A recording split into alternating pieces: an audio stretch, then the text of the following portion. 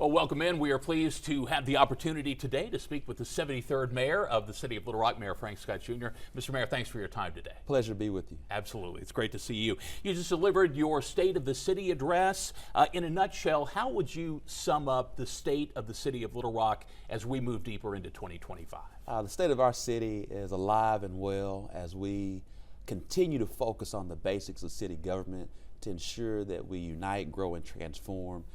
In the wake of economic strain, sometimes there even is some uncertainty within the nation. And so we wanted to reassure our residents here in the Arkansas State Capital City that their city government is focused on the number one priority, which is public safety, always focused on quality of life and place, transformation, optimization of what we call the nuts and bolts of city government, which is to catch the robbers, put out the fires, and take out the trash. And so we wanted to make certain that our residents knew in this time of uncertainty that their city would be certain to do the will for them. You have said that public safety is the city's basic responsibility, and that crime data is one thing, but what's important is that people feel safe in Little Rock. I know that you travel to every neighborhood of this city. Do you hear from people that they do feel safe in Little Rock? Yes, we definitely hear from residents that feel safe in Little Rock, but we also hear from residents that they want to feel safer. As you have shared, I can talk for days about the statistics of crime and how crime has gone down year over year, in particular over the past 5 years, where we've seen a significant crime reduction, a significant violent crime reduction, but you have to feel safe too. We understand that we have to address the perception issues of safety here in the city of Little Rock, and it's our goal working alongside Chief Helton to make sure we do that. And so that's the reason why we continue to increase patrols in high crime and traffic areas within the city of Little Rock to prevent crime from even happening in the first place.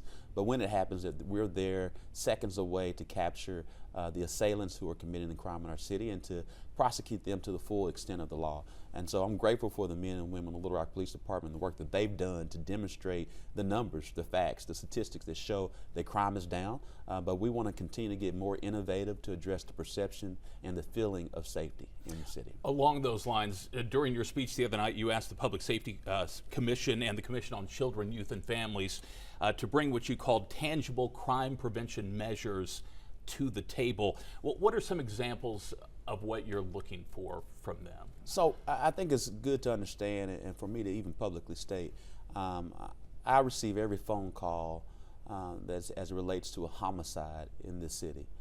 Whether I'm sleeping in my bed and it's 2 o'clock in the morning, I get the phone call, or I'm out and about within the city conducting city business in the middle of the day. That phone call comes to my phone. I take it very seriously, and my heart goes out to each and every family, no matter where the crime happened in the city.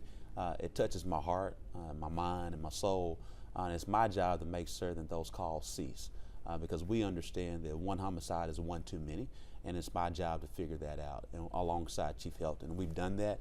But we also know that many of the homicides, particularly at the beginning of this year, but also just historically, we've seen this trend of the ages between 15 to 21. I know, even though I'm a millennial mayor, crime is a lot different from when I was a teenager, even though I'm a young mayor.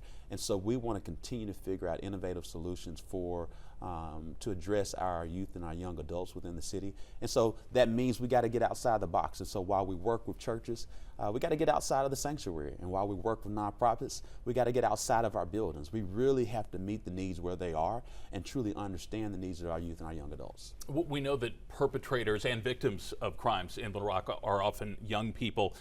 The shooting death of Cindy Gregory at Park Plaza Mall, the most high-profile crime of this year, was allegedly perpetrated by an 18-year-old. What do you believe is the most effective way to keep our young people from going down that path of violence? I think it's first and foremost, as I shared earlier, my hearts and prayers go towards the Gregory family. I've personally visited with them during this time and shared my prayers, and no husband or child wants to know that their mother or their wife has passed on due to a tragic murder incident. And so I want them to continue to know that I'm continuing their prayers. But as we talk about these 15 to 18-year-olds, many times it's not only solely focusing on education, but really understanding if there are mental health issues that need to be addressed, understanding if there's food insecurity issues that need to be addressed, figuring out ways that things that happen outside of the classroom before they get into the classroom that can sometimes instigate the crime later on.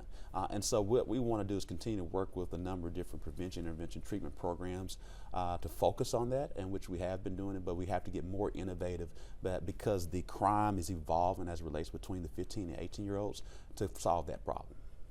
We learned this week that the city board is reconsidering its decision not to renew that contract with the company that provides the shot spotter service to Little Rock. What is your position on extending that contract? My position has always been the same, which is public safety is number one. If there's a particular process that focuses on preventing crime and reducing crime, we're always going to support that. I know you've said that it's an investigative tool, but it's not necessarily a crime prevention tool. Do you think there's value in it? I think it's definitely value anything time that's going to help our men and women in the Little Rock Police Department to focus on how do we reduce the crime, but particularly how we capture the assailants. The city of Little Rock has close to 80+% capture rate, which is above the national average. And so we always want to support tools that are put in place for us to solve the crime. But again, the shot spotter has a lot of different complex issues with it, and hence the reason why there's a lot of debate about it. But we'll allow the city board to make that decision. Okay, very good. During your speech, you said that housing in Little Rock is a public health issue, and you asked the board to declare housing as a public health crisis in the city of Little Rock. What would a declaration like that mean? What would it allow the city to do moving forward? The declaration, first and foremost, when you talk about housing here in the city of Little Rock, we understand that we have to have stable, sustainable homes for our residents, and many times our residents aren't able to access those homes due to a number of different issues, hence the reason why we focused on our 100 home initiative that we recently surpassed the goal by having 154 homes through our housing neighborhood programs. We've started a new goal of 200 homes. We believe we will get that.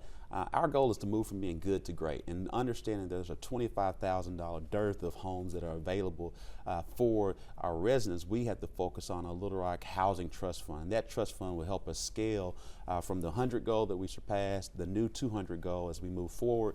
And having this declaration resolution, one, shares with the residents that we're getting serious, even more serious than we have been as it relates to housing. Two, it allows us to kind of expedite certain things and get away from different red tape that may preclude us from moving further than what we need to do. And then also, with the potential of having additional funding through our federal funds to move things forward in a very quick fashion.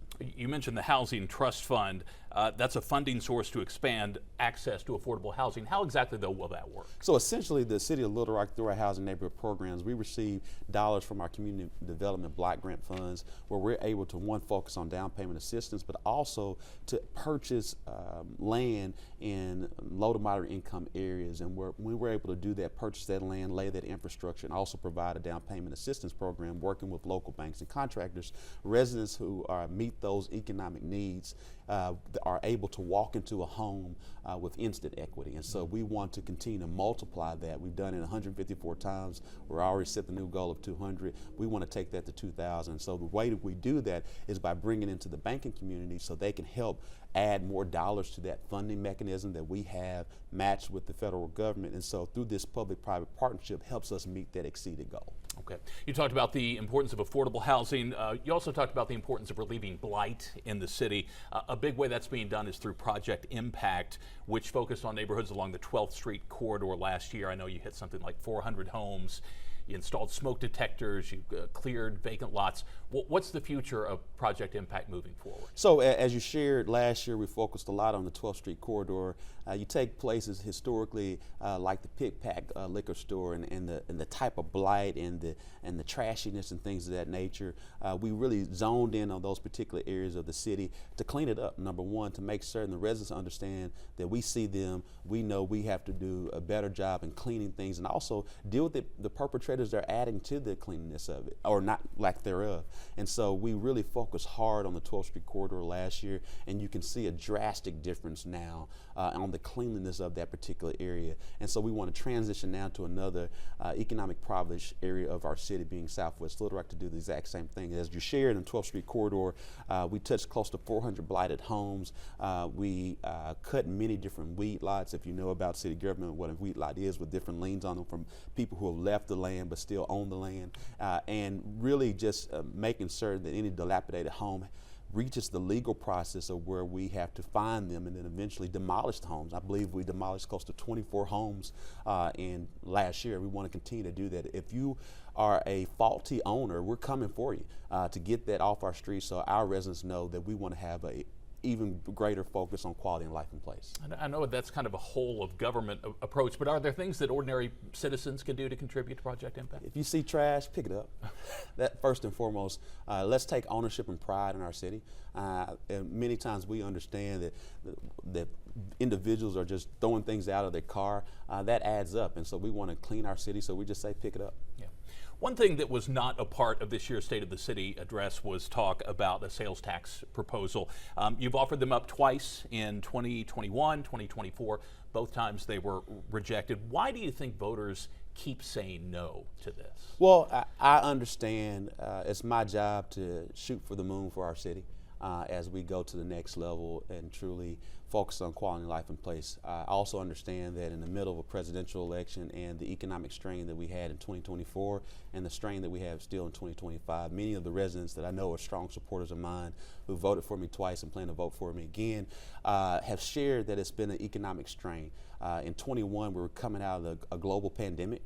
In 24, we were in the middle of the economic inflation and some say close to economic recession in 2024. And so what we have, that has been the reason why they voted no. But we have to continue to figure out how do we continue to take our city to the next level. And that's the reason why we shared in the State of the City that we want to have a greater focus on downtown from a quality of life perspective. That's the reason why we're going to renovate the Oppenheimer River Market Hall to help bring more people and tie into our downtown master plan. And we got more things cooking. Just because we didn't get the sales tax passed doesn't mean we're going to stop working. Another way to fund sales tax growth is to have more sales, and to do that, of course, you want to grow the city. And more homes, and that's another reason why we have the Housing Trust Fund. Well, and this gets to my question. We have a lot of people in the city, Mr. Mayor, who work in Little Rock, but when they go home at night, they go to Conway, or they go to Bryant, or they go to Benton, or they go to Cabot. How do you change that and get more people to want to live as well as work in Little Rock? Well, the main thing is, again, focusing on the affordability of staying here in the city of Little Rock. We know that in comparison, a home in Little Rock versus Cabot or Bryan or Benton is not the same. And so we want to work on the affordability and make certain folks know that there are affordable homes, quality workforce homes as well. And so as we focus on economic development, we're also see housing as a part of that role. And so we believe that's going to be a key indicator for it. Secondly, and probably most importantly, is always focus on public safety. We understand there's a difference when we're the largest city in a very small state. Little Rock and Bryan aren't the same kind of city. Little Rock is more comparable to, or we could try to look for them as a benchmark city, being Nashville, Dallas, things of that nature. And so we understand everyone may not want to live in the big city, but it's our goal to help them understand that the big city provides affordable housing, provides public safety and economic prosperity. You mentioned the other night, too, that inflation impacts the city's wallet as it does the rest of ours, and that the city needs to be more efficient in how it spends money. There's been a lot of talk about downsizing government. Or is there any consideration being given to downsizing the workforce in the city of Little Rock right now? We are definitely looking at ways to cut costs here in the city of Little Rock. One of the things that we've done when we first got into office, we cut the city of Little Rock budget by 10%. And so we're now bare to the bone from that standpoint because we continue to focus on right-sizing government. One of the things we also focus on right now is how do we have more public-private partnerships, understanding that we have to have a different type of revenue generator as we move forward. But then secondly, we have different parcels of land and buildings that are unused right now. And so over time, the city has amassed a lot of buildings, a lot of real estate. And so we have to put that on the table that there's no need to have not that we're a for-profit organization for having income-producing properties, but we also understand that's a cost and expense to our city. You mentioned this earlier. When you first ran for mayor, your grandfather told you that the city has 3 responsibilities: catch the bad guys, put out the fires, and pick up the trash. Along the lines of picking up the trash, you've talked about what's called a smart waste program. Yeah. Tell us what that's all about. So one of the things that we love, the men and women of the Little Rock Public Works Department, as everyone loves that we've done a good job during the ice storm and the snowstorm, and so many different people also want you to make certain you do a good job of picking up trash, and so we do. However, we always want to focus on continuous improvement. And so one of the things that we want to do is continue to cut down any delay, any disruption of service. So one of the things that we've done is this pilot program focused on continuous improvement that adds GPS tracking, monitors workflow management, things of that nature, to have greater accountability on our team, number one, but also to figure out any scheduling issues that we can predict and then reassess and pivot to ensure that everything is top quality service. It's our goal to provide exceptional quality service in picking up the trash. We've done a good job. We want to do better, and that's what our residents trust and demand, and we're going to make sure we continue to provide that service at the top-notch level that they deserve. Technology is touching every aspect of our lives. It's amazing that it can contribute to even picking with up the AI, trash it has an well. AI component. I know we need to wrap up, but I did want to ask you, a job like yours is one in which I'm sure you're continuously learning and growing. How do you think you're a better mayor now in 2025 than you were a year ago, 2 years ago, 3 years ago? I think one of the main things in being a mayor is truly listening to the people. Listening to your colleagues before you make a decision. I'm a very decisive person, and I think one of the things I've learned is to remain decisive, but with deliberate haste, with the nexus of truly listening. And so I think I'm a better listener since I've been in office. Okay. Mr. Mayor, thank you for your time. Thank you. Always great to Appreciate see you. you. Appreciate you. Thanks.